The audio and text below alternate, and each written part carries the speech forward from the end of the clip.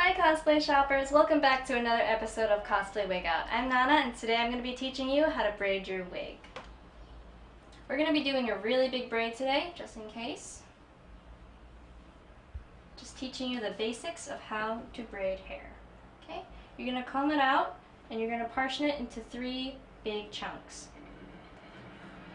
Doesn't really matter how big the chunks are, it's up to your preference.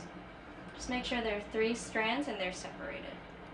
First thing you want to do is take the one that is farthest away from the other strand and you want to cross it over into an X, like this. So you should get this. You're going to put it over, you're going to take the other one and you're going to bring it over. You're going to continue to loop it underneath. You're going to go over and under and then pull through. You're going to continue doing this until you get a braid.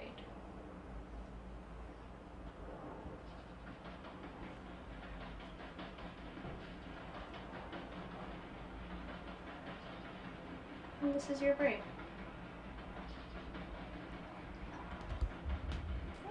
Thank you for watching. That's all the time we have for today. If you have any questions, feel free to leave comments or contact us. Don't forget to subscribe.